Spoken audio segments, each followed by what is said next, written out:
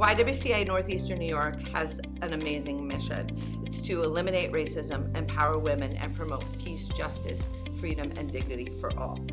Our team is amazing. We're a family. And so we're a family with our clients or those in our community. We're a family with each other.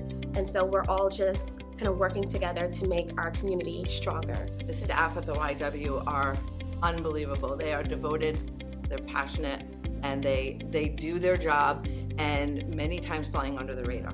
The YW is just, it's having a rebirth, a renaissance, just a growth that's so needed.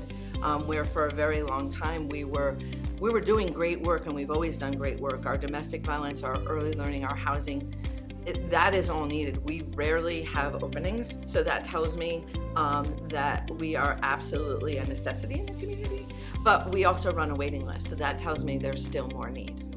Knowing that our clients' needs don't go away, especially during COVID. Our domestic violence cases only increased. Our need to help families who had children who couldn't come to childcare only increased. Our need for housing continues to rise even to this day, and we really have to be creative. I mean, it's really about putting aside what you've always done and saying, how do we do this completely different? Because we have a whole new group that we're serving, or we have a whole new road we need to take. We had people who were stuck in apartments, so we actually delivered them food rather than them having to go out shopping. Domestic violence is really important. We have a huge need, especially in Schenectady County. The YWCA is the only domestic violence shelter that we have there. You know, when we talk about domestic violence, many people think, oh, well, you don't have any wounds, so it must not have impacted you.